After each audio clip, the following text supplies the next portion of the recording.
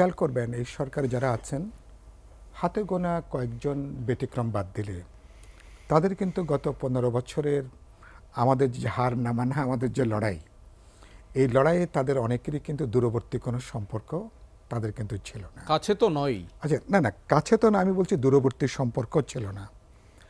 তারপরেও একটা বিশেষ অবস্থার প্রেক্ষিতে আমরাই আলাপ আলোচনা করে 5 তারিখে প্রথমে ক্যান্টনমেন্ট, তারপরে বঙ্গভবন, তারপরে 8 তারিখ পর্যন্ত আলাপ আলোচনা করে একটা সরকার গঠন হয়েছে।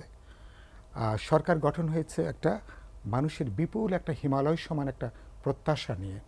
প্রত্যাশাটা কি?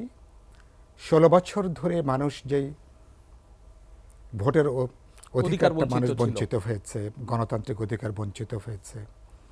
আওয়ামী লীগ মুক্তিযুদ্ধের চেতনার কথা বলে বাস্তবে মুক্তিযুদ্ধের চেতনার 180 ডিগ্রি তারা উল্টো দিকে তারা অবস্থান নিয়েছিল।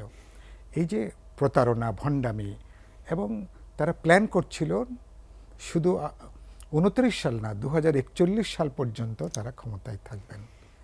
মানুষ এই আত্মম্ভরিতা, দম্ভ, অহমিকাকে মানুষ কিন্তু গ্রহণ করেনি। ক্ষমতাকে তারা মনে করলেন একটা জমিদারি ব্যবস্থা। একটা 5 বছর পর পর জমিদারি ব্যবস্থার একটা নবায়ন দরকার হয়। ভোটের নাম করে তারা এরকম একটা চূড়ান্ত তামাশা নাটক মঞ্চস্থ করে তারা ক্ষমতাকে তারা কিন্তু নবায়ন করতে চেয়েছেন।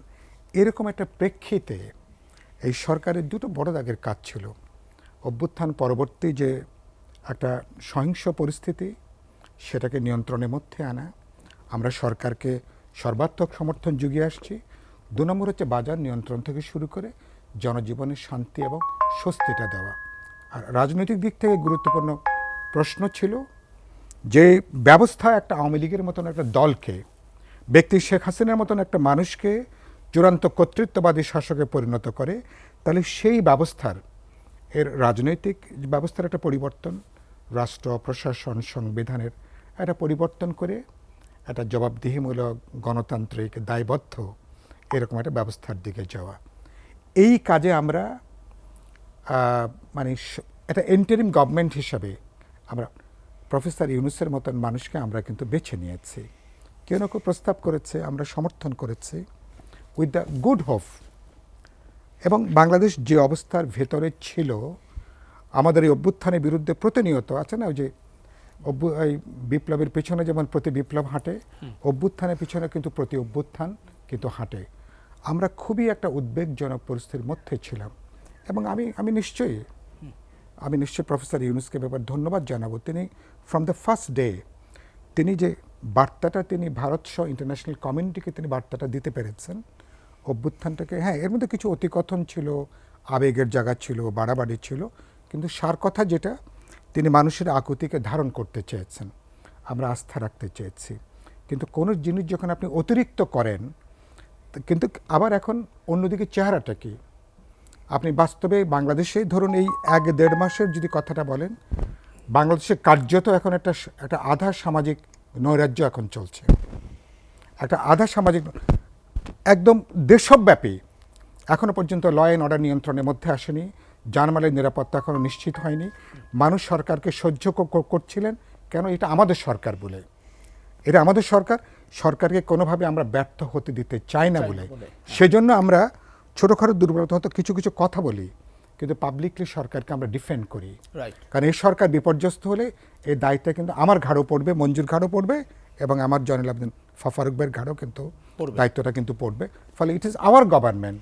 কিন্তু সেই গভর্নমেন্ট ক্ষমতার একটা নির্দিষ্ট চৌহদ দিয়েছে। আপনার দায়িত্বটা হচ্ছে আপনি আলাপ আলোচনা করে, বোঝাপড়া করে নির্বাচন দেবেন, প্রয়োজনীয় সংস্কার করবেন, সেই জায়গাটা যাবেন। সুতরাং এই জায়গাটা যদি আপনার এই ক্ষমতার লিমিটের বাইরে যদি আপনি তাকাতে চান, সেই ক্ষেত্রে তাহলে কিন্তু শুধু আপনার জন্য বিপদ না, তাহলে কিন্তু পুরো দেশের জন্য বিপদ। তাহলে কি হবে? সরকারের সঙ্গে রাজনৈতিক দলগুলোর আরও বিভাজন তৈরি হবে, দূরত্ব তৈরি হবে, ভুল বোঝাবুঝি তৈরি হবে, এবং যারা আমাদের অর্জনকে যারা বিশ্বের জন্য নিয়ে যেতে চান, যারা প্রতিনিয়ত দেশের ভেতরে এবং বাইরে থেকে যারা উস্কানি তৈরি করছেন আমাদের এই অভ্যুত্থানটাকে ব্যর্থ করবার জন্য, সরকারকে আবার একটা ব্যাকফুটে এনে ও যে সেই সাপ লুডুর মতন একদম 90 থেকে আবার আপনার 0তে অথবা 0তে আনার জন্য আমরা এ ধরনের সুযোগ কাউকে আমরা দেব না। সেজন্য বলেছি উপদেষ্টাদেরকে, তিনি যখন কথা বলেন, প্রয়োজন বলতে কথা কম বলেন, কথা কম বলেন, যেটুকু বলবেন Yes. দায় দায়িত্ব নিয়ে বলবেন। সেটা এমন কোনো কথা বলবেন না যেটা প্রফেসর ইউনূসকে বিতর্ক করে, যেটা সরকারের সঙ্গে রাজনৈতিক দলগুলোর দূরত্বটাকে বাড়িয়ে দেয়, জনগণকে বিভ্রান্ত করে, এবং যারা এই পরিস্থিতির সুযোগ নিয়ে ঘর পোড়ার মধ্যে যারা আলু পোড়া দিয়ে খেতে চায়, সেই সুযোগটা আমরা কাউকে দেব না। সেজন্য বলতে চাই, মেহরবানি করে যখন কথাবার্তা বলবেন একটু হিসাব বিবেচনা করে কথা বলেন, কারণ আমরা চাই সরকার সফল হবে।